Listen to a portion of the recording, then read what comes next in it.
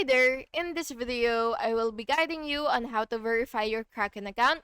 So please listen carefully to each step that I will be explaining because I will describe everything clearly so you can follow along. So before starting, make sure you have the correct plan or version that supports this feature so you will have full access to everything you need. So first, you will open your Kraken app or go to kraken.com, then you will log in. Then you will tap the profile icon which is on the top right, and then you will select verification and choose your account level. For example, starter, intermediate, or pro. And then you will fill in personal details such as full name, date of birth, address, and phone number.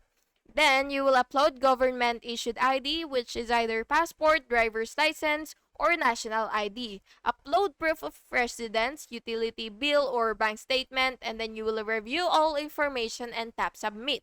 Kraken will send a confirmation email once verification is complete, usually a few minutes to a few hours. And yeah, that's it.